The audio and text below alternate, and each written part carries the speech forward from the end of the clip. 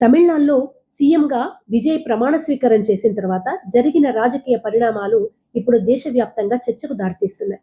తమిళ రాజకీయాల్లో సీనియర్ నేత సెంగోట్టియన్ తన జేబులో మాజీ ముఖ్యమంత్రి దివంగత జయలలిత ఫోటో పెట్టుకుని ప్రమాణ స్వీకారానికి హాజరవ్వడం అందరి దృష్టిని ఆకర్షించింది. ఒకప్పుడు జయలలిత హయాంలో మంత్రిగా పనిచేసిన ఆయనకు ఆమెపై ఉన్న గౌరవాన్ని వ్యక్తపరిచేలాగా ఆ సంఘటన కనిపించింది. ముఖ్యంగా వేరే రాజకీయ పంథాకు చెందిన నాయకురాలి ఫోటో పెట్టుకున్నా కూడా ఎటువంటి అభ్యంతరం వ్యక్తం చేయకుండా దాన్ని సహజంగా తీసుకోవడం విజయ్ రాజకీయ మెచ్యూరిటీకి నిదర్శనంగా చాలా మంది అభిప్రాయపడుతున్నారు. నేటి రాజకీయాల్లో ప్రత్యర్థి పార్టీ నాయకుల పేర్లు వినడానికి ఇబ్బంది పడే పరిస్థితులు కనిపిస్తున్నాయి.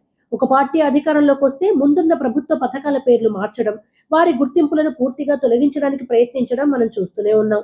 అలాంటి సమయంలో రాజకీయ భేదాలు ఉన్న వ్యక్తుల పట్ల గౌరవం చూపించడం ప్రజాస్వామ్యానికి మంచి సంకేతం అని చెప్పాలి. ప్రత్యర్థిని శత్రువుగా కాకుండా రాజకీయంగా విభిన్న అభిప్రాయం ఉన్న వ్యక్తిగా చూడగలిగితేనే ఆరోగ్యకరమైన రాజకీయ సంస్కృతి ఏర్పడుతుంది. తమిళనాడులో చాలా సందర్భాల్లో కనిపించే ఈ హుందాతనం ఇప్పుడు ఇతర రాష్ట్రాల్లో కూడా చర్చకొస్తోంది. భవిష్యత్తులో కూడా విజయ్ ఇలాగే పరిపక్వతతో కూడిన రాజకీయాలు చేస్తూ యువతకు కొత్త రాజకీయ దారిని చూపించాలని చాలా మంది ఆశిస్తున్నారు. రాజకీయాల్లో విమర్శలు ఉండొచ్చు, పోటీ ఉండొచ్చు, కానీ పరస్పర గౌరవం కూడా ఉండాలి అనే సందేశం ఇటువంటి సంఘటనలు ఇస్తాయి. ఇలాంటి రాజకీయ సంస్కృతి తెలుగు రాష్ట్రాల్లో కూడా రావాలా?